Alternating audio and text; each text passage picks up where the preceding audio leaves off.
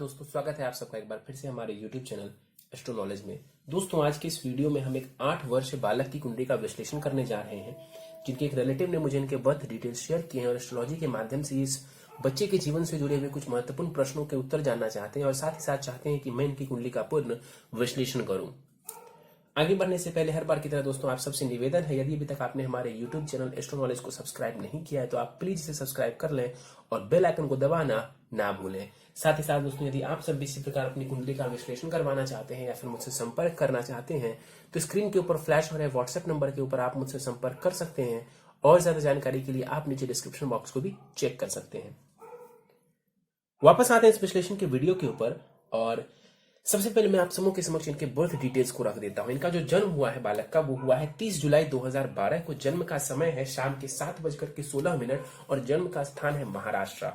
प्रश्नों की बात की जाए तो इनके लिए स्वास्थ्य को लेकर के प्रश्न पूछा गया है, शिक्षा को लेकर के, करियर को लेकर के, विदेश की यात्राएं और विदेश में सेटलमेंट को लेकर के, और इसके अलावा भी जो है भविष्य से जुड़े हुए कुछ प्रश्न पूछे गए हैं। इनके प्रश्नों को हम एक एक करके आखिर में लेंगे, लेकिन सबसे पहले इनकी लग्न कुंडली को देखते हैं जो कि हमारे समक्ष है। दोस्तों, इनकी लग्न कुंडली प्रारंभ होती है 10 नंबर से। 10 नंबर यानी कि मकर लग्न की कुंडली बन जाती है और चंद्रमा धनु राशि में जाकर के विराजमान है, यानी जातक की कुंडली बन जाती है मकर लग्न एवं धनु राशि की। लग्न का मान देखें तो लग्न का मान यहाँ पर 15 डिग्री है, यानी कि लग्न बहुत ज्यादा बलवान माना जाएगा। लग्नेश बनते हैं शनि देव, जाकर के वो भाग्य भाव में बैठे हुए हैं, जिस वजह से ये जातक को भाग्यवान बनाने वाले होंगे। मकर लग्न वाले लोगों की बात की जाए, ऐसे लोगों का जो स्वभाव है वो रहस्यमयी स्वभाव होता है और ऐसे लोग बहुत जल्दी अपनी बातों को सामने वाले के सामने जो है प्रकट नहीं करते हैं दूसरों के सामने, और कुछ ना कुछ इनके दिमाग में अंदर ही अंदर चलता रहता है। मेहनती होते हैं, अपने गोल्स को बहुत हाई रखते हैं ऐसे लोग, और यदि गोल्स को अचीव ना कर पाए तो हीनता की भावना भी इनके अंदर हो जाती है, खुद में ही पनप लेती है हीनता की भावना। जीवन थोड़ा संघर्षमय रहता है, क्यों? क्योंकि शनि जो है लग्नेश बनते हैं, मेहनत करते हैं तो निश्चित रूप से सफलता भी यहां पर इनको देखने को मिल जाती है। सीधे हम यहां पर चलते हैं कुंडली के पंचम भाव की तरफ, जहां पर 3 ग्रह युति बना करके यहां पर बैठे हुए हैं। वृषभ राशि यहां पर बन रही है और गुरु, शुक्र और केतु यहां पर युति बना करके बैठे हुए। शुक्र को देखें तो 29 डिग्री का शुक्र बाल अवस्था में यहां पर विराजमान है। इस कुंडली में शुक्र को देखें तो वो योग कारक ग्रह है। क्यों? क्योंकि एक त्रिकोण भी उनके पास है और एक केंद्र भी उनके पास है, तो शिक्षा, संतान, प्रेम संबंध और करियर भाव का स्वामी ग्रह इस कुंडली में शुक्र बनता है और यहाँ पर ये पंचम भाव में शुक्र विराजमान है। तो निश्चित रूप से यहाँ पर पंचम भाव में बैठा हुआ शुक्र जातक को शिक्षा में सफलता देने वाला होगा। प्रेम संबंधित चीजों में भी ये शुक्र जो है ये सफलता दिलवाने वाले होंगे। बाल अवस्था के हैं शुक्र, इनके बल को यदि बढ़ा दिया जाए तो स्थिति और भी ज्यादा बेहतर हो जाएगी। पंचम भाव से यदि देखा जाए तो भी यहाँ पर शुक्र की स्थिति बढ़िया नजर आ रही है। ये जातक को कहीं ना कहीं क्रिएटिव क्षेत्रों में भी लेकर के जा सकता है और क्रिएटिव क्षेत्रों में भी ये इनको सफलता दिलवाने वाला होगा। गुरु और शुक्र की युति और साथ में केतु का यहाँ पर बैठना कहीं ना कहीं इस जातक को एस्ट्रोलॉजी और धर्म के प्रति भी आकर्षित करने वाले होंगे और यहां पर इनको इन चीजों में भी थोड़ी रुचि दिलवाने वाले होंगे। गुरु को देख ले, 15 डिग्री का गुरु यहां पर बैठा हुआ है। इस कुंडली में गुरु कारक ग्रह नहीं है, अकारक या मारक इनको कहेंगे। क्यों? क्योंकि वो तृतीयेश है और वो द्वादशेश है। जाकर के गुरु पंचम भाव में बैठे हुए। देखिए, शिक्षा संबंधित चीजों में यहाँ पर गुरु कोई परेशानी खड़ी नहीं करेंगे, शिक्षा भी यहाँ पर गुरु बढ़िया दिलवाने वाले होंगे। लेकिन ध्यान से देखें तो केतु साथ में बैठे हुए हैं, गुरु और केतु साथ में बैठ जाए तो यहाँ पर चांडाल दोष का निर्माण हो जाता है और साथ में राहु की दृष्टि भी यहाँ पर पड़ रही है, तो हो सकता है संतान संबंधित थोड़ी परेशानी इनको देखने को मिले। हालांकि फिर से कह दूं कि शुक्र यहां पर स्वग्रही बैठा हुआ है तो परेशानी बहुत ही कम हो जाएगी। यहां पर गुरु यहां पर बैठ करके जातक को ज्ञान देने वाले होंगे। युवा अवस्था का गुरु है, बल बहुत अच्छा है। भाग्य भाव के ऊपर गुरु की दृष्टि भाग्य संबंधित जातक को लाभ दिलवाने वाली होगी। लाभ स्थान के ऊपर गुरु की दृष्टि धन का लाभ करवाने वाली होगी और लग्न के ऊपर भी गुरु की दृष्टि इनको बढ़िया लाभ देने वाले होंगे। ज्ञान संबंधित चीजों में गुरु यहां पर इनको लाभ करवाने वाले होंगे, क्योंकि गुरु ज्ञान का कारक ग्रह होता है, सबसे शुभ ग्रह होता है। इसलिए यहां पर गुरु भले ही कारक नहीं है लेकिन नुकसान ना के बराबर इनको करने वाले होंगे। शुक्र यहां पर देखा जाए, शुक्र की दृष्टि भी जो लाभ स्थान के ऊपर पड़ेगी वो भी जातक को ज्ञान के माध्यम से, संतान के माध्यम से लाभ देने वाली होगी। 7 डिग्री का केतु भी यहाँ पर बैठा हुआ है कुंडली के पंचम भाव में, जहां पर बैठ करके जो केतु देव हैं ये भी जातक को इंटेलिजेंट बनाने वाले होंगे। हालांकि ये नीच की राशि कही जाती है इनकी केतु की, लेकिन चूंकि साथ में शुक्र बैठ गए हैं इस वजह से शुक्र इस भाव को खराब नहीं होने देंगे। हाँ, राहु या केतु में से किसी की दशा चलती है उस दौरान शिक्षा बाधित इनकी हो सकती है। राहु या केतु की दशा, खास करके केतु की दशा चलेगी तो उस दौरान या तो शिक्षा के क्षेत्र में जातक को ये कंफ्यूजन दे सकते हैं कि मैं किस क्षेत्र में जाऊं, मैं कौन सा सब्जेक्ट चुनूं, या फिर शिक्षा में बाधा डाल सकते हैं। केतु जो है चलित चक्र में चतुर्थ भाव का भी परिणाम दे रहे हैं, तो केतु की दशा में थोड़ी टेंशन की स्थिति देखने को मिल सकती है। दृष्टि पड़ेगी केतु की पंचम भाव के ऊपर, यहां पर बैठकर के केतु जो है, केतु की दशा में भाग्य संबंधित उतार चढ़ाव देखने को मिलेगा। धन की स्थिति में भी स्टेबिलिटी देखने को नहीं मिलेगी, और कंफ्यूजन की स्थिति जैसा कि मैंने कहा वो केतु की दशा में देखने को मिल सकती है। सीधे चलते हैं कुंडली के सप्तम भाव की तरफ। सूर्य और बुध यहां पर विराजमान है। सूर्य और बुध की युति से आमतौर पर हम कहते हैं कि बुधादित्य योग का निर्माण हो जाता है। हालांकि यहां पर बुधादित्य योग बहुत बढ़िया नहीं कह सकते हैं। क्यों? क्योंकि सूर्य इस कुंडली में अष्टमेश है। जाकर के सूर्य और बुध यहां पर बैठे हुए हैं। देखिए, बुध को देखा जाए तो वो षष्ठेश है और सूर्य को देखा जाए तो वो अष्टमेश है। दोनों ही रोग से संबंधित भाव हैं।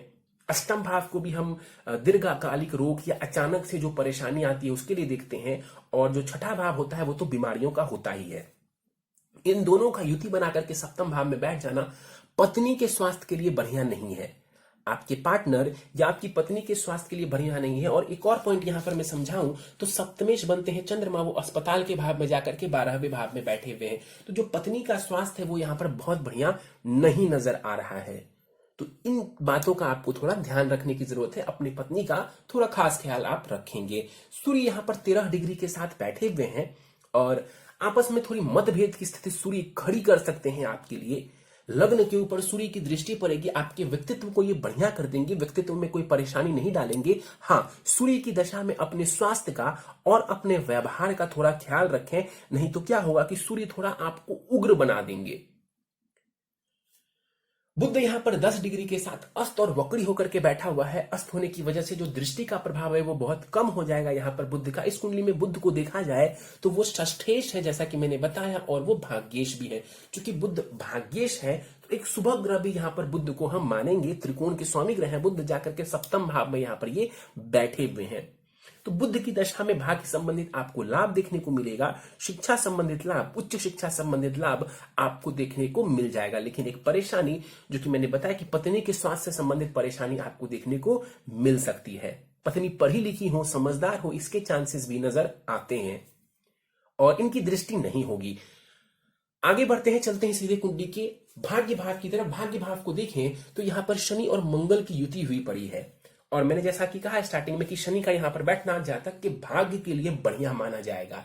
लेकिन हम सभी को पता है कि शनि और मंगल की युति जब कुंडली में होती है तो एक प्रकार का ये संघर्ष बना देता है।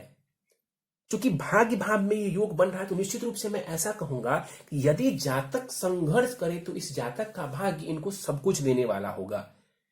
लेकिन जातक को संघर्ष यानी कि मेहनत करना होगा। यहां पर शनि 29 डिग्री के साथ बैठे हुए हैं। बाल अवस्था में शनिदेव विराजमान है यहां पर। विलंब से ही सही, लेकिन जातक का भाग्य यहां पर इनको साथ देने वाला होगा। विलंब से ही सही, पिता से संबंधित लाभ भी इनको देखने को मिलेगा। पिता की तरफ से भी इस जातक को लाभ देखने को मिल जाएगा। शनि की दृष्टि पड़ेगी कुंडली के लाभ स्थान के ऊपर, और मेहनत के बाद शनि लाभ देंगे। मेहनत करेंगे तो शनि आपको जरूर लाभ देंगे। दृष्टि पड़ेगी तीसरे भाव के ऊपर। तीसरे भाव के ऊपर शनि की दृष्टि आपको मेहनती बनाएगी, दौड़ भाग करवाएगी, आपको पराक्रमी बनाने वाली होगी। और शनि की 10वीं दृष्टि पड़ेगी कुंडली के छठे भाव के ऊपर। यहां पर दृष्टि डाल करके शनि आपको रोगों से बचाएंगे, शत्रुओं से भी आपको ये शनि बचाने का कार्य करेंगे। शनि की जो प्लेसमेंट है वो धन के लिहाज से बहुत बढ़िया है, क्योंकि धनेश है शनि और जाकर की कुंडली के त्रिकोण में बैठे हुए हैं। बहुत बढ़िया स्थिति है ये धन के लिए। मंगल को देखते हैं, और धन से जुड़ी एक और बात मैं आपको बताऊं, ध्यान से देखिए तो धनेश है शनि और लाभेश है मंगल। दोनों की युति यहां पर भाग्य भाव में हुई है। ये महाधनी योग है और ये जबरदस्त महाधनी योग है, क्योंकि कुंडली के सबसे महत्वपूर्ण, सबसे बढ़िया घर में आपके धन भाव और आपके लाभ भाव के स्वामी ग्रह आकर के बैठे हुए हैं। तो अकूत धन संपत्ति आपके पास हो सकती है। इसके योग कुंडली में बहुत ही ज्यादा है। विदेश जाकर के भी आप खूब सारा धन आप चाहें तो अर्जित कर सकते हैं। बाल अवस्था का यहां पर मंगल भी बैठा हुआ है। मंगल यहां पर समग्रह माना जाएगा। इनको हम मारक नहीं कहेंगे और बहुत ज्यादा कारक भी नहीं कहेंगे। सुखेश है मंगल और वो लाभेश भी है। सुखेश जाकर के भाग्य भाव में बैठा हुआ, स्थिति बढ़िया है। माता से संबंधित सुखों के लिए यहां पर स्थिति बढ़िया है, क्योंकि मंगल की जो 8वीं दृष्टि होगी वो माता के भाव के ऊपर पड़ेगी। तो जीवन में सुख सुविधाओं को भी ये मंगल देने वाले होंगे। जमीन जायदाद से संबंधित सुख भी ये मंगल आपको देने वाला होगा। मंगल की दृष्टि पड़ेगी कुंडली के विदेश भाव के ऊपर। विदेश की यात्राएं, धन का व्यय मंगल करवाएंगे। तीसरे भाव के ऊपर मंगल की दृष्टि आपके साहस को बढ़ाने वाली होगी, और चतुर्थ भाव के ऊपर मंगल की दृष्टि सुख सुविधाओं में आपको वृद्धि करने वाली होगी। तो यहां पर मंगल और शनि भले ही आपके लिए थोड़ी संघर्ष की स्थिति दें, मेहनत की स्थिति दें, लेकिन मेहनत करेंगे तो ये दोनों ही छप्पड़ फाड़ के आपको लाभ देने वाले होंगे। आम लाभ नहीं, छप्पड़ फाड़ के आपको लाभ यहां पर मंगल और शनि देने वाला होगा, खास करके धन का लाभ। राहु को देखते हैं। यहां पर 7 डिग्री का राहु बैठा हुआ है, और लाभ स्थान में मैंने कहा है कि राहु बढ़िया रिजल्ट देते हैं। मंगल की राशि में ये बैठे हुए हैं, और मंगल यहां पर देखा जाए तो वो भाग्य भाव में बैठा हुआ है। एक बात आपको और बता दूं कि मंगल शत्रु के घर में जरूर है, लेकिन तात्कालिक मैत्री में हो जाने की वजह से स्थिति बढ़िया है मंगल के लिए। तो एक और प्लस पॉइंट हो गया आपके लिए। राहु यहां पर बैठे हुए हैं लाभ स्थान में। बहुत बढ़िया राशि में नहीं बैठा हुआ है राहु, लेकिन चूंकि मंगल की स्थिति बढ़िया है, इस वजह से यहां पर बैठा हुआ राहु भी आपको कुछ दे या ना दे, लेकिन धन देने वाला होगा। तो राहु का यहां पर बैठना धन की स्थिति को लिए बढ़िया माना जाएगा। राहु की दृष्टि पड़ेगी कुंडली के तीसरे भाव के ऊपर, साहस पराक्रम को बढ़ा देंगे, लेकिन छोटे भाई बहन के लिए स्थिति थोड़ी कमजोर कर देंगे। राहु की दृष्टि पड़ेगी पंचम भाव के ऊपर, क्रिएटिविटी को बढ़ा देंगे, और शिक्षा में थोड़ी परेशानी, जैसा कि मैंने कहा राहु केतु की दशा चलती है, अंतर दशा चलती है, तो शिक्षा संबंधित थोड़ी परेशानी देखने को मिल सकती है। और सप्तम भाव के ऊपर राहु की दृष्टि लव मैरिज की योग यहां पर बनाते हुए नजर आ रहे हैं। एक बात ध्यान देने वाली है, कुंडली के दसम भाव को ध्यान से देखेंगे तो यहां पर पाप कर्तरी दोष लग रहा है, यानी पीछे शनि मंगल और आगे राहु बैठे हुए हैं। तो कुंडली के दसम भाव को पाप कर्तरी दोष लगा हुआ है, जिस वजह से करियर में जितनी उन्नति मिल सकती थी उसमें थोड़ी सी कमी आ जाएगी, या यूं कह लीजिए कि शुक्र को थोड़ा बलवान करना जरूरी है आपके लिए, क्योंकि दसम भाव को यहां पाप कर्तरी लग रहा है। चंद्रमा को देखते हैं। 9 डिग्री का चंद्रमा यहां पर बैठा हुआ है। चंद्रमा यहां पर बैठ करके केमद्रम दोष का निर्माण कर रहे हैं। यहां पर बैठा हुआ चंद्रमा आपके मन को भटकाने वाला होगा। विदेश की खूब सारी यात्राएं आपको दे सकता है। आपके मन को ये चंचल बनाने वाला होगा, और धन का व्यय भी ये करवा सकता है। तो और चंद्रमा यहां पर बैठे हुए हैं। मैंने कहा था कि पत्नी के स्वास्थ्य का आपको ध्यान रखने की आवश्यकता है, तो फिर से मैं दोहराऊंगा कि कुंडली मिलान करते वक्त सामने वाले की कुंडली में, अपने पार्टनर की कुंडली में उनके स्वास्थ्य को थोड़ा देख लेंगे। और चंद्रमा की दशा में कोल्ड कफ संबंधित थोड़ी परेशानी, धन का व्यय, विदेश की यात्राएं और मन का यहां वहां भागना, यानी कि कंसंट्रेशन की परेशानी आपको देखने को मिल सकती है। दशाओं की बात करें तो शुक्र की दशा आपको चल रही है, जो कि 24 जून 2034 तक रहने वाली है। शुक्र की दशा आपके लिए बढ़िया है। ये समय है पढ़ाई करके अपने करियर को बनाने का। अभी शुक्र की दशा लंबी है, पंचमेश की दशा है, बहुत अच्छी शिक्षा ग्रहण आप कर सकते हैं। तो शिक्षा के ऊपर पूरा फोकस करेंगे, शुक्र को थोड़ा बल दे देंगे। शुक्र 29 डिग्री के साथ यहाँ पर कमजोर अवस्था में बैठे हुए हैं, तो शुक्र को यदि बल दे दिया जाए, और आपके नवमांश कुंडली में भी शुक्र पंचम भाव में ही बैठे हुए हैं, नवमांश में भी जो शुक्र है वो शिक्षा भाव में ही बैठे हुए हैं, लेकिन नीच की राशि में, तो शुक्र को थोड़ा बलवान करने की आवश्यकता है। यदि शुक्र को बल दे दिया जाए तो स्थिति बहुत ही बढ़िया नजर आएगी आपको। सीधे इनके प्रश्नों को देखते हैं। स्वास्थ्य को लेकर के प्रश्न पूछा गया है। स्वास्थ्य की कोई खास परेशानी यहां पर नजर नहीं आ रही है। स्वास्थ्य आपका बढ़िया रहने वाला है, और स्वास्थ्य को लेकर के कोई भी परेशानी ऐसी मुझे नजर नहीं आ रही है। और अभी फिलहाल दशा आपकी बहुत ही बढ़िया चल रही है, तो स्वास्थ्य बढ़िया रहने वाला है। उच्च शिक्षा की बात की जाए, बहुत बढ़िया योग नजर आ रहा है उच्च शिक्षा का। मेहनत करेंगे तो उच्च शिक्षा में भी आपको सफलता मिलने के चांसेस बहुत ही ज्यादा हैं। विदेश में सेटलमेंट यदि आप चाहते हैं, पूछना चाहते हैं विदेश में सेटलमेंट के योग है, बिल्कुल है। विदेश आप जाना चाहते हैं, विदेश में सेटल होना चाहते हैं, इसके योग आपकी कुंडली में मौजूद है। और वैसे भी आपकी कुंडली को देख करके मैं इतना कह सकता हूं कि देश विदेश आना जाना आपका लगा रहेगा। योग कब नजर आ रहे हैं विदेश जाने के या सेटलमेंट के? देखिए 2000 अभी जो सबसे क्लोज जो नजर आ रहा है वो है 2024 का समय। 2024 का जो समय होगा वहां पर विदेश जाने के योग बढ़िया नजर आ रहे। संतान सुख के बारे में इन्होंने पूछा है। प्रथम दृष्टि से देखा जाए तो गुरु और केतु का यहां पर बैठना बहुत बढ़िया हम नहीं कह सकते हैं, लेकिन जैसा कि मैंने कहा कि शुक्र को थोड़ा बल दे दिया जाए तो संतान सुख भी आपका बढ़िया हो जाएगा, लेकिन शुक्र को थोड़ा बल देना यहां पर जरूरी है। धन संपत्ति के बारे में सोचना ही है। धन संपत्ति दोनों के ही योग यहां पर बहुत बढ़िया नजर आ रहे हैं। अपना घर लेना चाहते हैं उसके योग भी यहां पर बढ़िया नजर आ रहे हैं। व्यापार करना बेहतर होगा या फिर नौकरी। देखिए, आपको निश्चित रूप से स्टार्टिंग में नौकरी करनी चाहिए। नौकरी करके आप बढ़िया लाभ प्राप्त कर सकते हैं। टेक्निकल क्षेत्र में आप जाएंगे तो आपके लिए स्थिति बहुत बढ़िया रहेगी। इंजीनियरिंग का क्षेत्र आप चुन सकते हैं, इसके लिए आपकी स्थिति कुंडली में बहुत ही बढ़िया है। इसके अलावा टीचिंग का क्षेत्र भी आप चुन सकते हैं, कोई क्रिएटिव फील्ड भी आप चुन सकते हैं, लेकिन सबसे बेस्ट टेक्निकल क्षेत्र रहेगा। इंजीनियरिंग का क्षेत्र आपकी कुंडली के अनुसार बहुत ही बढ़िया नजर आ रहा है। माता पिता से संबंध के बारे में पूछा गया। माता पिता से संबंध देखा जाए तो वो बढ़िया नजर आ रहे हैं, कोई खास परेशानी नजर नहीं आ रही है। और भविष्य में भाई बहन होने के योग इन्होंने पूछा है। तीसरे भाव से हम इनके छोटे भाई बहन को देखेंगे। तीसरे भाव से छोटे भाई बहन को देखेंगे। यहां पर देखा जाए तो गुरु केतु के साथ बैठे हुए हैं। राहु की दृष्टि कुंडली के तीसरे भाव के ऊपर पड़ रही है, साथ ही साथ मंगल और शनि की भी दृष्टि पड़ रही है।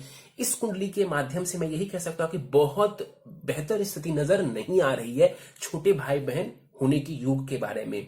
मतलब होने के योग थोड़े से कमजोर इनकी कुंडली से नजर आ रहे हैं। उपाय पर जाने से पहले इनकी नवमांश कुंडली को थोड़ा हम डिस्कस कर लेते हैं कि नवमांश कुंडली 2 नंबर से प्रारंभ होते हैं, यानी वृषभ लग्न की बन जाती है। लग्न में ही गुरु बैठा हुआ है, ये बढ़िया है आपके वैवाहिक जीवन के लिए। और वहां पर ग्रहों की स्थिति देखा जाए तो शुक्र वहां पर नीच की राशि में बैठे हुए हैं और सप्तमेश मंगल भी नीच का जाकर के बैठा हुआ है वहां। तो ये पत्नी के लिए स्थिति बढ़िया नहीं है। हो सकता है पत्नी के स्वास्थ्य की परेशानी आपको देखने को मिले, तो ये स्थिति हम बहुत बढ़िया नहीं कह सकते हैं। और वहां पर आपकी शिक्षा में भी बाधा थोड़ी नजर आ रही है, तो शुक्र को बल देना आपके लिए बहुत ही ज्यादा जरूरी है। बाकी सारे ग्रहों की स्थिति को मैं ठीक कहूंगा, लेकिन हाँ इतना जरूर कहूंगा कि शुक्र की स्थिति वहां बढ़िया नहीं है। और संतान संबंधित स्थिति भी आपके नवमांश कुंडली में थोड़ी सी कमजोर नजर आ रही है, लेकिन उसके ऊपर हम बहुत ज्यादा चिंता नहीं करेंगे। अभी आपकी शिक्षा की बात करें तो मैं यही कहूंगा कि शिक्षा संतान दोनों के लिए शुक्र को बलवान करना जरूरी है। आपको शुक्र को बलवान करके रखेंगे तो स्थिति काफी आपके फेवर में रहने वाली है। बाकी ग्रहों की स्थिति आपके नवमांश कुंडली में बढ़िया नजर आ रही है। उपाय को लेते हैं। प्रथम उपाय है आपके लिए ओपल रत्न, सफेद ओपल आपको धारण करना चाहिए। चांदी की चेन में, आप अभी बहुत छोटे हैं तो गले में धारण कर लेंगे, लॉकेट बनवा करके चांदी की चेन में 5.25 रत्ती का ओपल शुक्ल पक्ष के शुक्रवार की प्रातः काल को आपको इसको धारण कर लेना चाहिए। हर शुक्रवार माता रानी के मंदिर जा सकते हैं, उनके दर्शन करने आपके लिए बहुत बढ़िया लाभ देगा। सोमवार को शिवलिंग के ऊपर जल दूध से अभिषेक करेंगे तो ये जो किमद्रम दोष है कुंडली में, इससे भी कहीं ना कहीं आपको छुटकारा मिल जाएगा। और फिलहाल आपके ऊपर 7.5 का भी प्रभाव चल रहा है। 7.5 का आखिरी चरण आपको चल रहा है और जो मन आपका भटकता है वो भटकना थोड़ा कम हो जाएगा। चंद्रमा बैलेंस होने शुरू हो जाएंगे यदि आप गले में चांदी की चेन धारण करते हैं। और दूसरा, यदि सोमवार के सोमवार शिवलिंग के ऊपर आप जाकर के यदि अभिषेक करते हैं तो। और आपके पंचम भाव में गुरु और केतु का यहाँ पर चांडाल दोष बन रहा है। तो वैसे तो मैंने कहा है कि शुक्र को बलवान करके चलेंगे तो स्थिति बढ़िया रहेगी, लेकिन फिर भी यदि परेशानी आती है केतु की दशा में, गुरु की दशा में, तो इसका निवारण आप करवा सकते हैं। और जीवन में यदि थोड़ा संघर्ष देखने को मिले, कुछ परेशानी हो, तो हनुमान जी की पूजा उपासना करेंगे तो स्थिति बढ़िया रहेगी आपके लिए। चलिए तो दोस्तों, ये था इस 8 वर्षीय बालक की कुंडली का विश्लेषण। मुझे उम्मीद है कि आपको हमारा यह कुंडली विश्लेषण का वीडियो पसंद आया होगा। यदि वीडियो पसंद आया तो आप इसे लाइक करें, शेयर करें। अभी तक आपने हमारा YouTube channel astro knowledge subscribe नहीं किया तो आप प्लीज से सब्सक्राइब कर दें और बेल आइकन को दबाना ना भूलें। साथ ही साथ दोस्तों, यदि आप सब इसी प्रकार अपनी कुंडली का विश्लेषण करवाना चाहते हैं या फिर मुझसे संपर्क करना चाहते हैं तो स्क्रीन के ऊपर फ्लैश हो रहे व्हाट्सएप नंबर के ऊपर आप मुझसे संपर्क कर सकते हैं। और ज्यादा जानकारी के लिए आप नीचे डिस्क्रिप्शन बॉक्स को भी चेक कर सकते हैं। इस वीडियो में फिलहाल इतना ही दोस्तों। आप सभी का बहुत बहुत धन्यवाद।